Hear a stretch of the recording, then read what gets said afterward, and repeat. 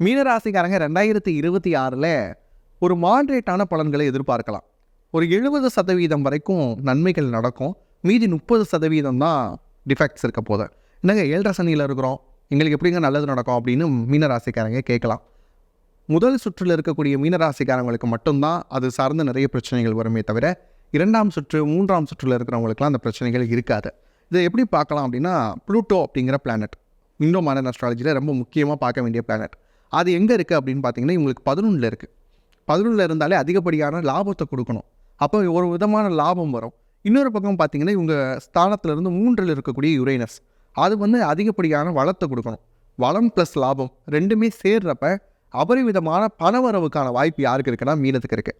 அப்போ இங்கே வேதிக் ஆஸ்ட்ராலஜியில் 7.5 சனி நடந்தாலும் கூட அதிகப்படியான லாபத்தை சந்திக்கக்கூடிய ராசியாக யார் இருக்காங்கன்னா மீனராசி இருக்கிறாங்க. அப்போ 7.5 சனி நடக்குதே, இதை எப்படி ஹேண்டில் பண்ணுறது அப்படின்னு கேட்டால், இந்த லாபத்தை சரியாக திட்டமிட்டு பெருக்கிக் கொள்ளக்கூடிய மீனராசிக்காரங்க பொழைச்சிப்பாங்க. இல்லைங்க வரக்கூடிய காசெல்லாம் விரையமாக செலவு பண்ணுறேன் அப்படிங்கிறவங்க மாட்டிப்பாங்க. அப்படியான வாய்ப்பு இருக்குது.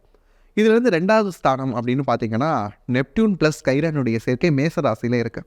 இந்த 2 சேர்றப்ப குடும்பத்தில் இருக்கக்கூடிய உறவுகளில் இவங்க எப்பயுமே எப்படி இருப்பாங்கன்னா, உறவுகளை இணைக்கக்கூடிய பாலமாக இருப்பாங்க.